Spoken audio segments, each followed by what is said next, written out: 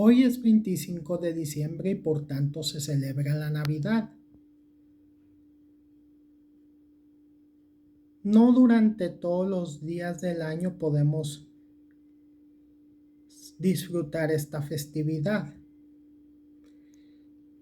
Es época de poner nacimientos, a decorar los árboles, comprar sidra para el brindis, beber ponche, disfrutar de las vacaciones. Todos hoy debemos de tener muy buenas intenciones. La versión actual que celebramos de este festejo es principalmente basada en un libro muy añejo. Básicamente, la forma en que celebramos el nacimiento de Cristo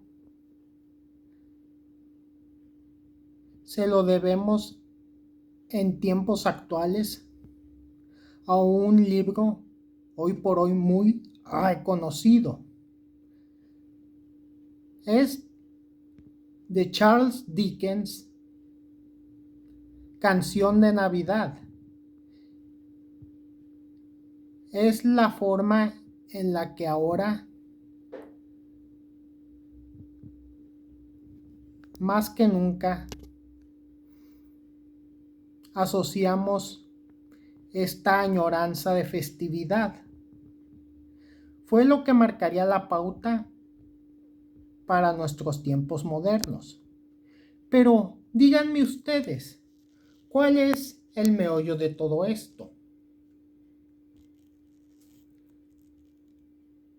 En México, la cristiandad nos fue impuesta por los españoles. Vinieron y se llevaron todo, mas dejaron casi todo el oro para sus iglesias, templos, retablos y adornos. Se supone debe de festejarse la venida al mundo de Yehoshua HaNotzai, Jesús de Nazaret. Y ahora veremos qué es lo que él tiene en todo esto que ver. Los libros que conforman el Nuevo Testamento no nos dan datos de primera mano, ni mucho menos. Algunos cuentan la historia de la Natividad desde la perspectiva de Miriam, más conocida ahora como María, la Virgen, mientras que en algunos otros escritos se cuenta desde el punto de la perspectiva de Joseph, el Tectón, quien ahora todos consideramos carpintero. Casi siempre en las formas tradicionales de ver la vida de Cristo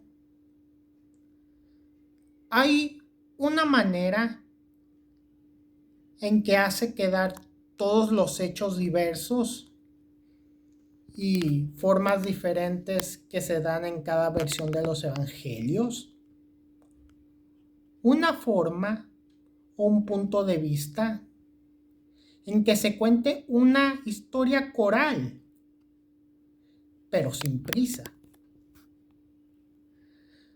Aunque en algunos casos, la mayoría de los casos, primero Joseph y Miriam, la Virgen María, vivían en un inicio en Nazaret, mas en otras versiones Belén era donde ellos residían. Se supone que el nacimiento de Yehoshua vino a dar durante el gobierno del monarca títere Herodes, a quien todos consideraban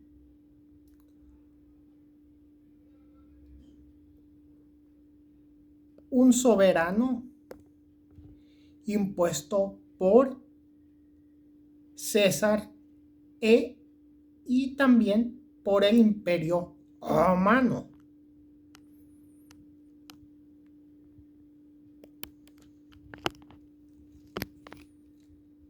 Aunque era un monarca títere y probablemente fue un árabe beduino, no pertenecía en ninguna forma a la casa de David. Y aunque los hijos de Israel no lo veían con buen agrado, él hizo muchas obras para intentar congraciarse con el pueblo, pero sobre todo con sus patrones romanos. Amplió y volvió a construir el templo. Mas para ello tuvo que implementar muchos impuestos, eso es cierto. Muchas de las enseñanzas de Jesús de Nazaret casi siempre trataban del destino de los pobres. Había muchos campesinos, pastores, ganaderos, jornaleros, agricultores, que estaban muy desprovistos y desposeídos de, en cualquier caso, sus casas, sus hijos y sus más preciadas posesiones.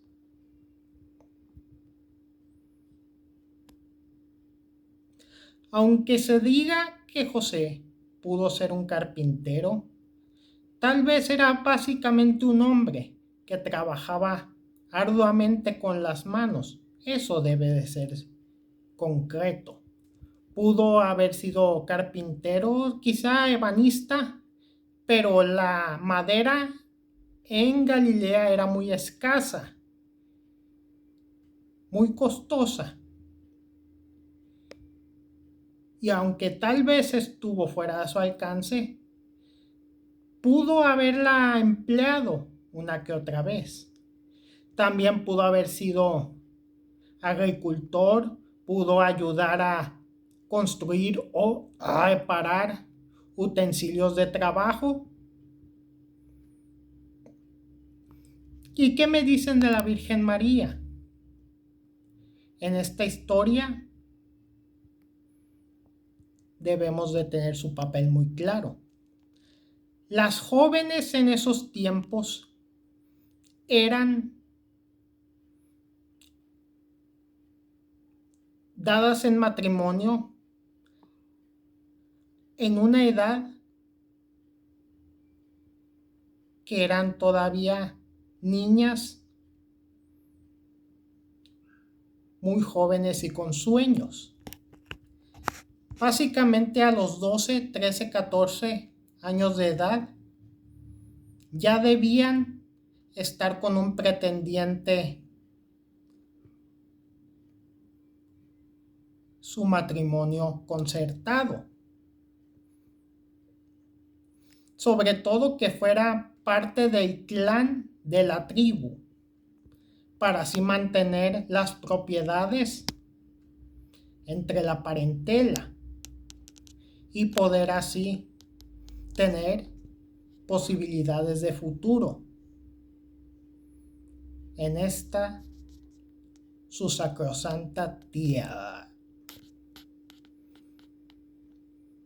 Aunque se nos cuenta que de Nazaret fueron a Belén y que al no hallar posada decidieron pasar las noches en una caverna que de establo se usaba.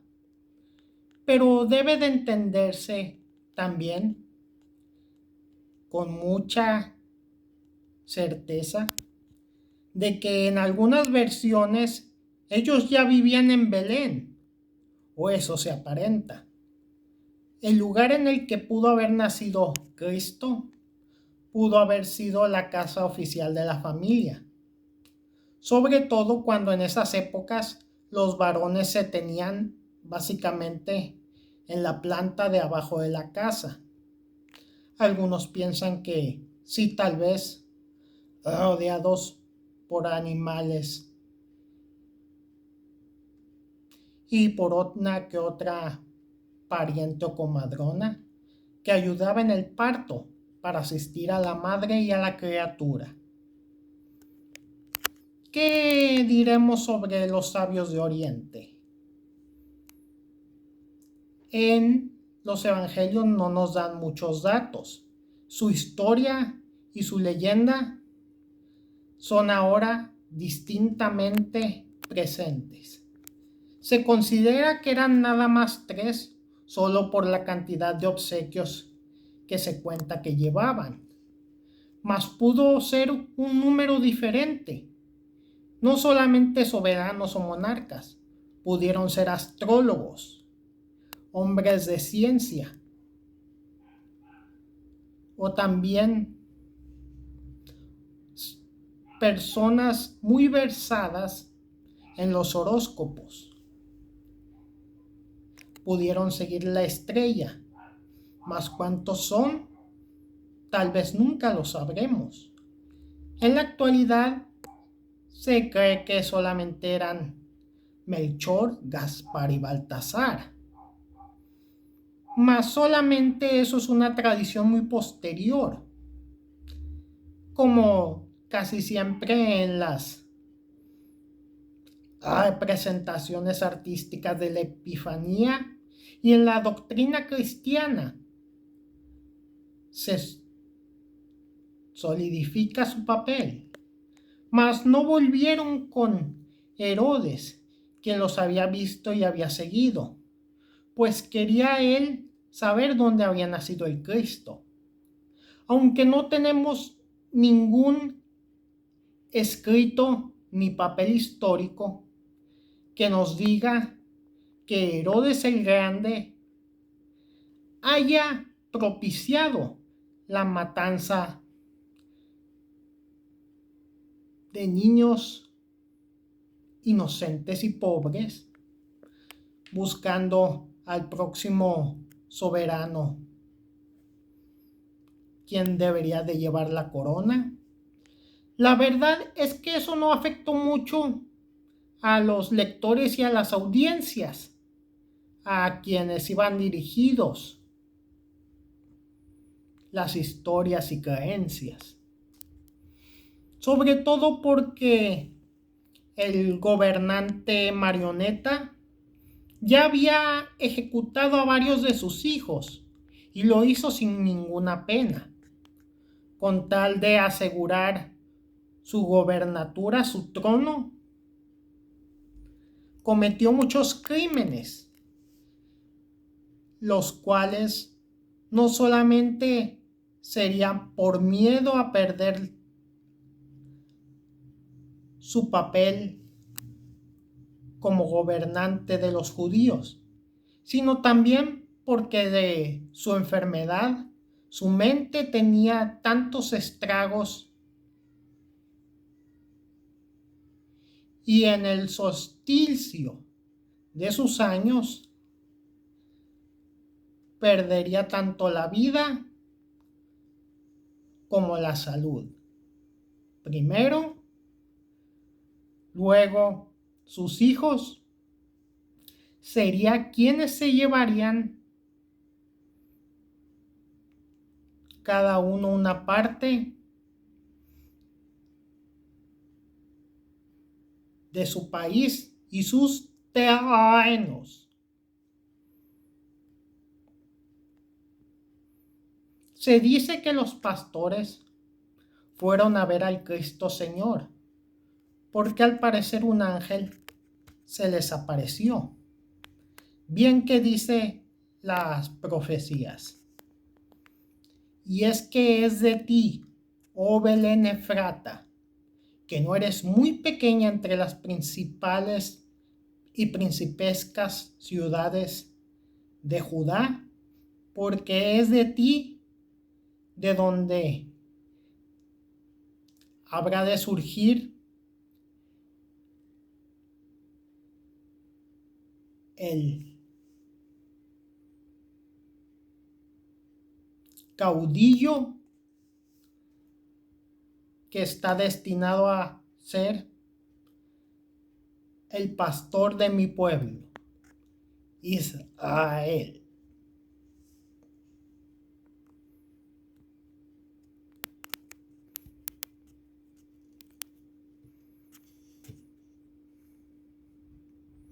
Los pastores fueron a alabarlo. Los monarcas o astrólogos o sabios llegaron para adorarlo.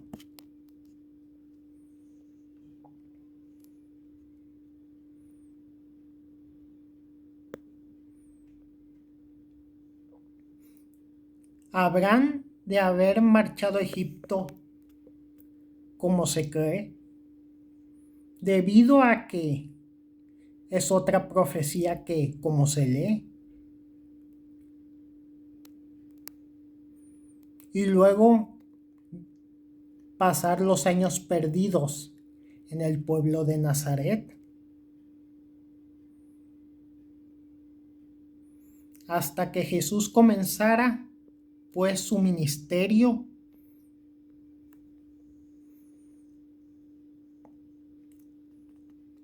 y de los asuntos de su padre, donde le convenía estar, se hiciera cargo y la ley él hiciera por fin se cumplirá. También hay otro ser que en estas fechas se festeja, a quien conocemos popularmente como el buen, viejo, afable y noble Santa Claus, en una versión españolizada también como Papá Noel, que no es más ni menos que otro, el grande, noble y fiel San Nicolás de Bari, amigo, compañero, defensor, cuidador y noble ser, amigo de todos los niños y las niñas de este mundo, de este presente. Él trae obsequios.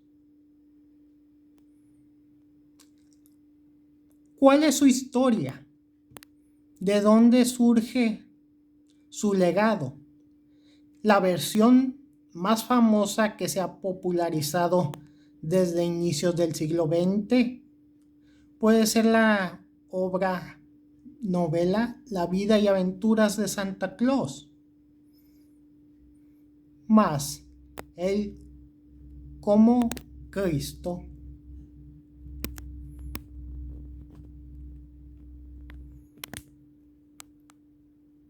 ha venido al mundo a traer dicha y alegría.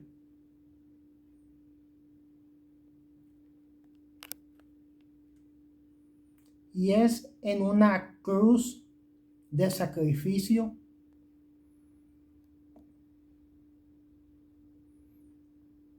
donde